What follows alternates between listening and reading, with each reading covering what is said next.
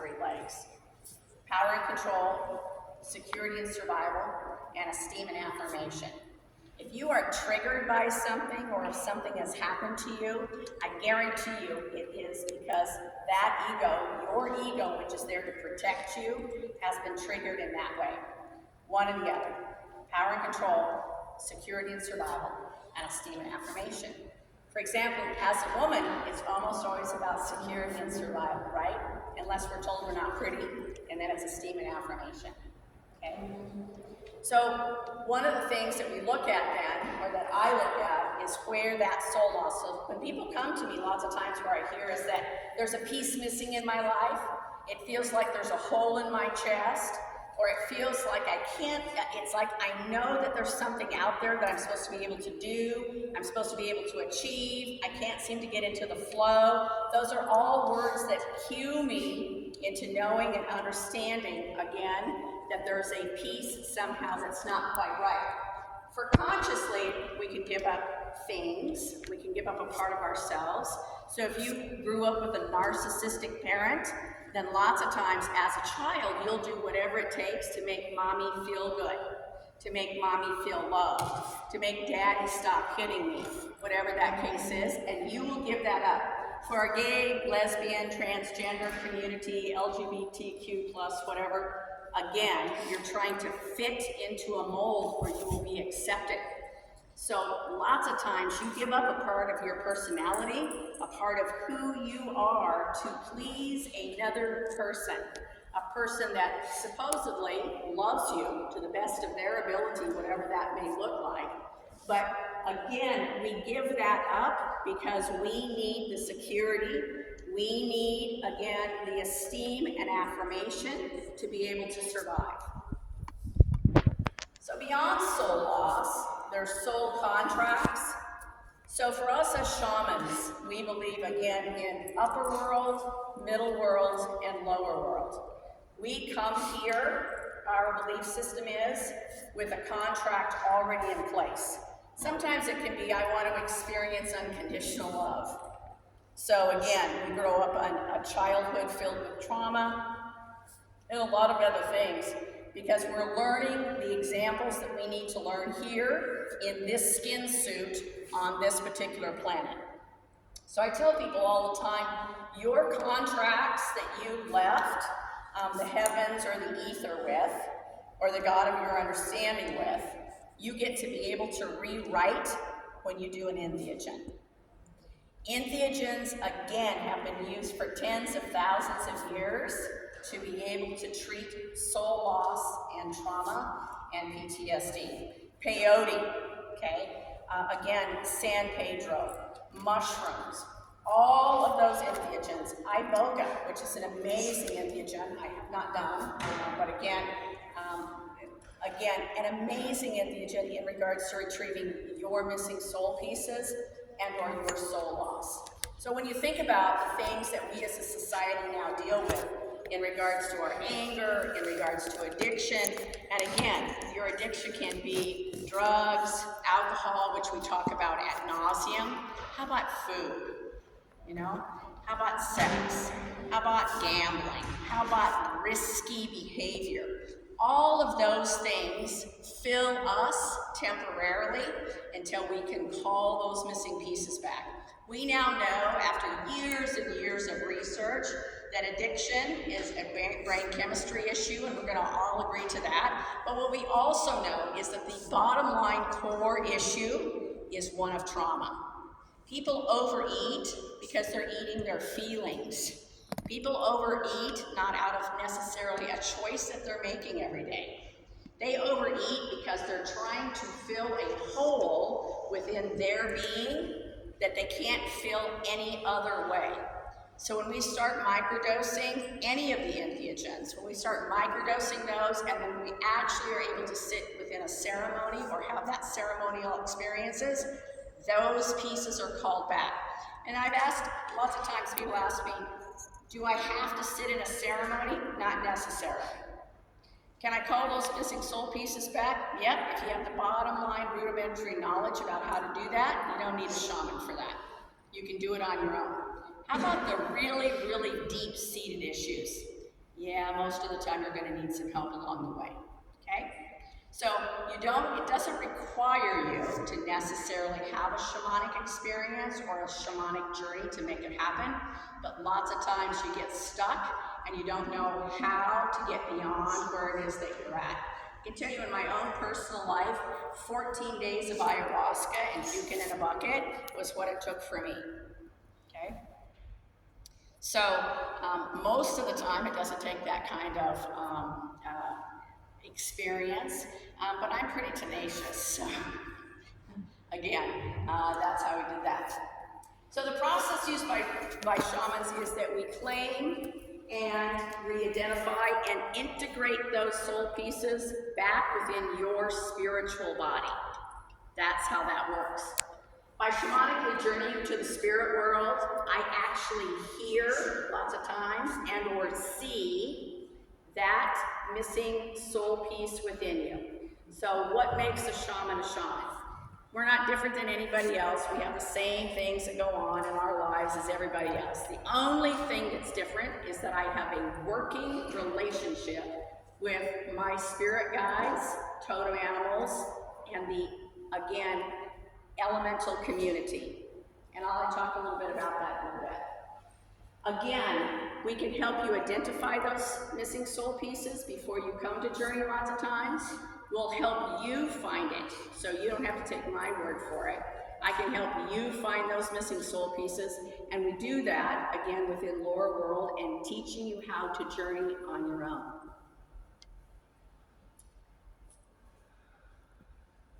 This is the part of what I'm going to talk to you about. Lower World for all shamans looks a little different, but what we know is that for all shamans there's a map of upper world, middle world, and lower world. The easiest way to describe lower world to you psychologically is that this is where your subconscious brain goes. Now, you can believe, if you choose, that your subconscious brain is the only thing that matters, or you can believe that your subconscious brain also takes you to a parallel reality and universe. You can probably tell which of the two I'm going to stand on here. The interesting thing about going to a parallel reality or universe, and again, incorporating your subconscious brain, which I absolutely believe in, is that I believe what Einstein said is that, again, the theory of relativity. I believe in that theory of relativity, that there is no beginning and ending of time. That's why if you're in ceremony or you're doing an entheogen, you can experience your past lives. Not everybody believes in a past life, and that's okay. I don't tell anybody what to believe or not to believe. But the reason, again, that time is fluid within that space is that, in my belief, not only does it affect your subconscious brain, but it also allows you to be in that parallel universe and reality. That's why you're able to contact your ancestors. That's why you're able to do ancestral work for your families when you're in ceremony. That's why a lot of things happen within that parallel universe for you to be able to call back your missing soul pieces. Again, we are in that cave of, again, the cave of the deep self, but we also then have the ability to go to the cave of wounds. Every cave is different in lower worlds. We all see it a little differently. That cave will be a particular color for you when you step into it. I personally, within my ceremonial space of 5 hours, I don't take people into the lower world cave of wounds because I think that there's a better process and a better way to do it. But the cave of wounds is lots of times where you see where your original wounding is, that originally, again, makes you behave the way that you do in this time and space. Usually before the age of 12, but not always. So let's talk about other ways that can happen too. Say that you're a veteran and you've gone to war or you did military exercises or whatever, and that did not align with who you were at a core level. So happens then is that as you're performing those military exercises, or you're again called into combat and you have to take another human being's life, lots of times it's not okay. It's just not okay internally with us. Do you have to do it? Certainly you have to do it. Do you want to live? Absolutely you want to live. Are you willing to give up a piece of yourself to do that? Is there going to be a psychological wound? Yep, there sure is, and there's also going to be a spiritual wound. Shamans believe that when you take care of that spiritual wound, what happens then is the psychological wound floats off. Does it mean you still need therapy? Sure. I'm an absolute proponent for therapy. I absolutely agree that a lot of good therapy is really, really good. And then, of course, there's that bad therapy that doesn't, where we just tell our story over and over again and we expect different results. So by the time people come to me lots of times, they've retold their story of how bad their life is and what's not working to a half a dozen therapists. And it's not that those therapists haven't helped at all. They have in many, many ways. It just hasn't been complete enough. Entheogens take you to the next step. We also believe that there's a cave of contracts. Cave of contracts that you make when you have your original wounding. That same cave of contracts is also a contract that you had and or can have from a previous life. So let me give you an example. A mother says to me, I have 2 daughters with breast cancer, and we've done everything we know to do. We've all been in and out of therapy. She said, but I have this needling feeling that there's something else. There's something else that hasn't been taken care of. I'm okay, but they're dying. I said, okay, let's take a look at that. Interestingly, in a previous life, she had and made a contract with 2 infant children. Those 2 infant children, they were in a terrible situation where everyone was going to die, and what she said to the universe was, I want to make sure that my children die before me so they don't have to experience my death. My children need to die first. She demands, she prays, she meditates, you can call it whatever you want. She calls on the gods. And she said, they die first so I can be with them, I can hold them, I can comfort them, and then I'm going to die later. Okay. However many hundreds of years go by, she now has 2 daughters with breast cancer. And she comes and she says, if there's anything else spiritually I can do, I want to know that. We go in, we find out that that happened in a previous life. She's able to rewrite the contract for that. Interestingly, several months later, both women no longer have breast cancer. Whatever works, works. I don't know. I just follow, again, the road. There's other caves. There's a cave of grace where you discover your fully realized self. Think about being able to, again, stand in a place where you can see yourself fully actualized. You can see yourself, again, spiritually, physically, emotionally, mentally, absolutely put together, vibrant for life, ready to start a new day, know that good things are coming your way, and be able to experience that again and again and again. And I can tell you, in the cave of grace, that's where that happens. There's a cave of treasures, where you can step into that cave of treasures, and you will receive something that is specifically for you. As human beings, lots of times, we just think that our lives really don't matter, ultimately. We think that somebody else can do our job just as good as we can do, or somebody else can, again, be better at what we do or not do.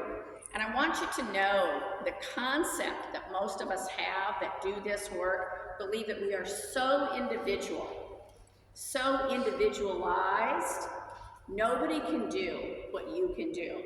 Your value here on this planet is absolutely critical at any point in time. Your life is like a pebble in a pond. It has a rippling effect. Everybody that you talk to, everybody that you interact with is, again, purposeful. It's purposeful when you check out at Walmart. It's purposeful when you hand the guy on the street corner $5. It's purposeful every single time. And that's what we learn when we go lots of times to the Cave of Treasures. There's a Cave of Ancestors. I can tell you, for me, the Cave of Ancestors was very interesting. For us to be able to stand here today meant all of our ancestors had to make it through famine and poverty and the plague and a bunch of other things. All of that DNA is woven into our DNA.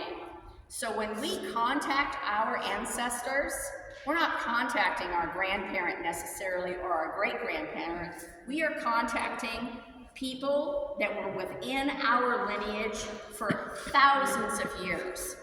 That DNA is within our DNA, and when we step into that Cave of Ancestors, that's who stands behind us, supporting us, loving us, holding us.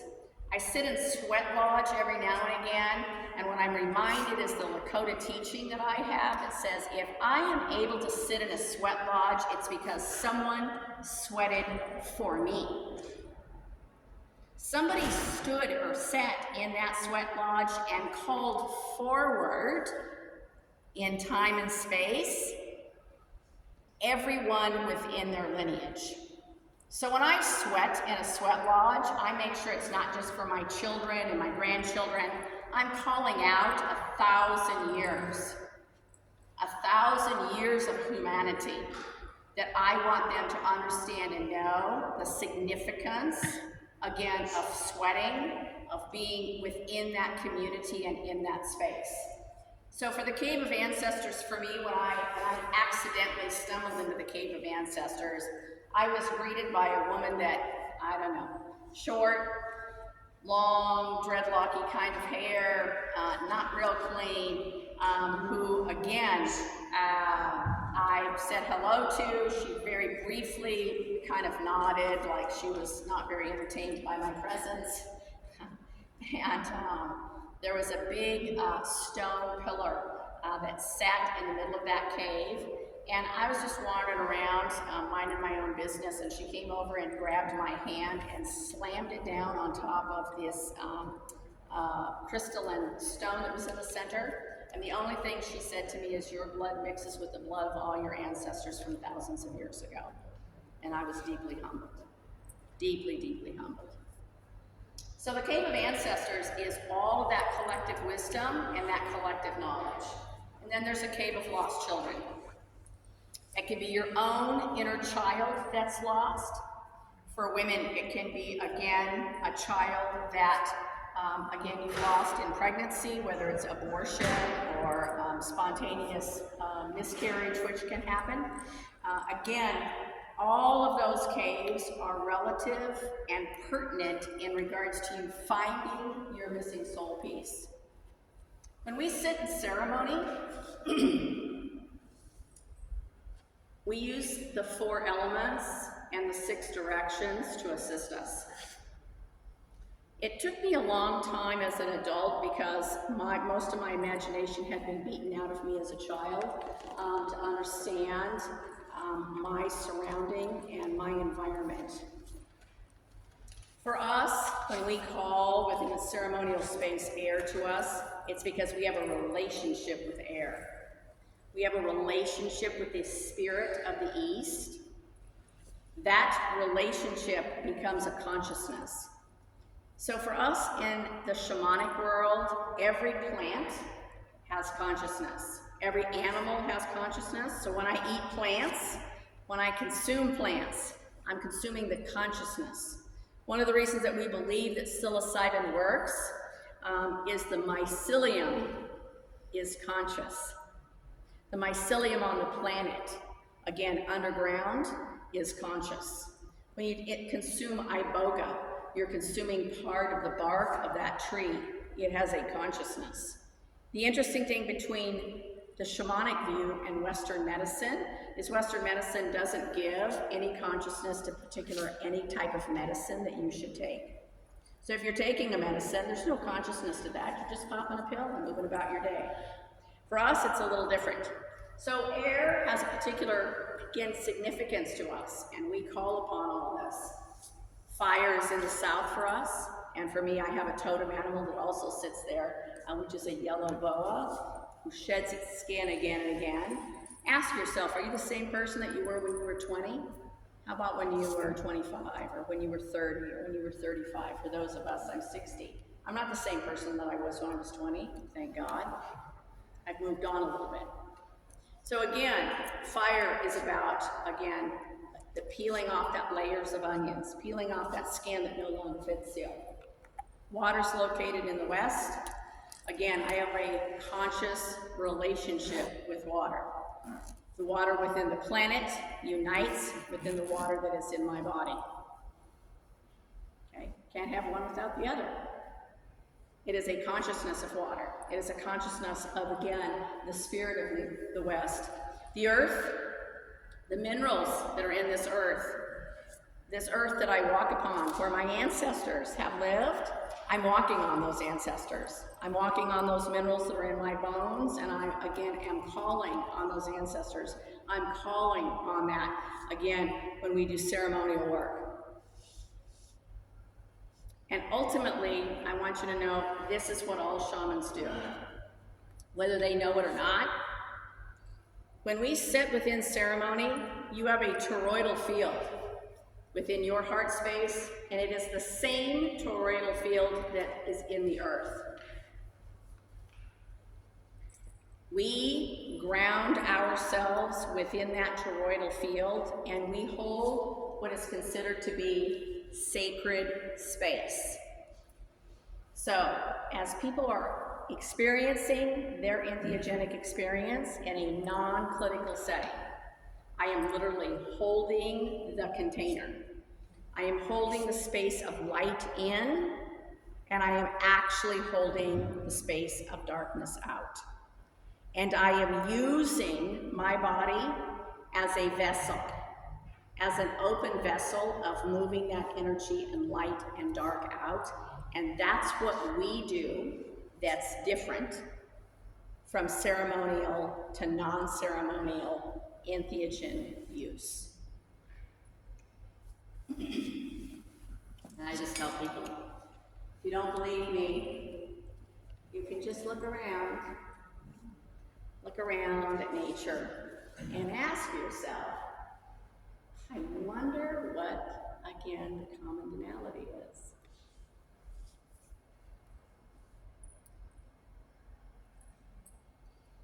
Our toroidal fields affect everybody else.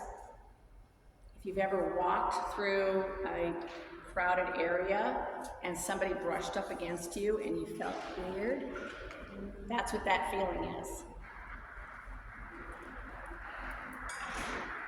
So sacred space is a big version of shielding, and that's why we do it.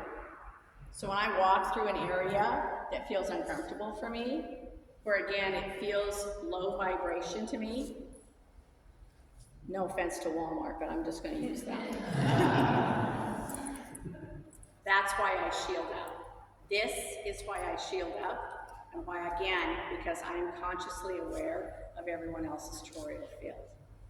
I'm in booth 178, and the gentleman in the back says my time up. Thank you so much for coming, and thank you for